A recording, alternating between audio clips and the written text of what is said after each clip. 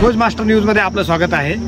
बुलढाणा जिल्हा तसेच जालना जिल्ह्याच्या रेती माफियांनी अक्षरशः जालना आणि मंठा बुलढाणा जिल्ह्यामध्ये रेतीचा धुमाकूळ घातला आहे। दररोज 100च्या वर अवैध टिप्पर रेती वाहतूक करताना दिसतात। चोरटी रेती वाहतूक रात्रंदिवस सुरू असताना मंठा तहसीलदाराकडून 60 दिवसामध्ये 83 वाहनावर कारवाई होते। दंडात्मक कारवाई मंठा तहसीलदार वैशाली जोंधळे यांनी केलेली आहे।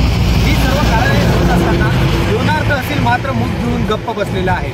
लोणार तहसील अंतर्गत या 100 वर टिप्परची सुसाट वेगाने वाहतूक होत आहे। शहरामधून लोणारच्या रस्त्याची चाळण होताना दिसून येत आहे। 5च्या वर लोकांचा निष्पाप बळी गेलेला आहे। अशी सगळी परिस्थिती असताना सुद्धा लोणार तहसीलदार महसूल विभाग मुख गिळून गप्प आहे। यामुळे सर्व जनतेचा रोष हा लोणार महसूल अंतर्गत वाढत चाललेला आहे। जालना जिल्हा अधिकारी आणि बुलढाणा जिल्हा अधिकारी यांच्या संयुक्त विद्यमाने स्पॉट सीज करण्याचा कार्यक्रम म्हणजेच महसूल नियम अंतर्गत या स्पॉटवर ज्या ठिकाणून रेती उपसा करण्यात येते असेच ठिकाण जर सीज करण्यात आले, त्याच ठिकाणी जर दंडात्मक कारवाई करण्यात आली तर अशा प्रकारच्या घटना होणार नाहीत। काल वैशाली जोंधळे मॅडमच्या पथकावर रेती माफियाने हल्ला चढवण्याचा प्रयत्न केला। पत्रकारांना उर्मट भाषेत उत्तरे शूटिंग काढायला तर मॅडम इथं काय संबंध आहे? इथं देवगा पाटील लवकर 5 मिनिटात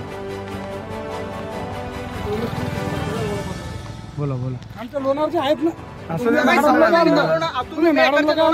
संबंध नाही तुमचा। माझं कार्यक्षेत्र मी संपादक हे काही सांगू नका तुम्ही, काम नाही। हे काही सांगू नका। मी विनायक मापारी लोणार। आपल्या लोणार शहरामध्ये बऱ्याच दिवसापासून म्हणजे रेतीची जी काही अवैध वाहतूक चालू आहे या लोणार शहरामध्ये जवळपास 100 ते 200 टिप्पर अवैधरित्या लोणारमधून वाहतूक करतात। त्याच्यामुळे बऱ्याच लोकांच्या जीविताला धोका निर्माण झालेला आहे। 3-4 ॲक्सिडेंट झाले, त्याच्यामध्ये 4-5 व्यक्तींचे जीवही सुद्धा या ठिकाणी गेलेले आहेत। तरी या ठिकाणी प्रशासनाला या बाबतीत काहीही घेणं देणं नाही।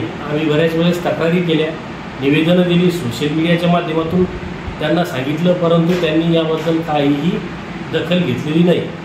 हप्ते घेऊन देऊन हा सगळा कार्यक्रम चालू आहे आणि या जीवितहानीला सर्वस्वी जबाबदार येथील ठाणेदार आणि तहसीलदार साहेब आहे असं माझं वैयक्तिक मत आहे। यांनी जर का या रेतीचं जे अवैध वाहतूक चालू आहे ही जर का बंद नाही केली तर येत्या 8-10 दिवसात आम्ही रास्ता रोको करू आणि लोणार बंद करू। याची कृपया या निगरगट्ट प्रशासनाने दखल घ्यावी, अन्यथा आंदोलनाला सामोरे जावे।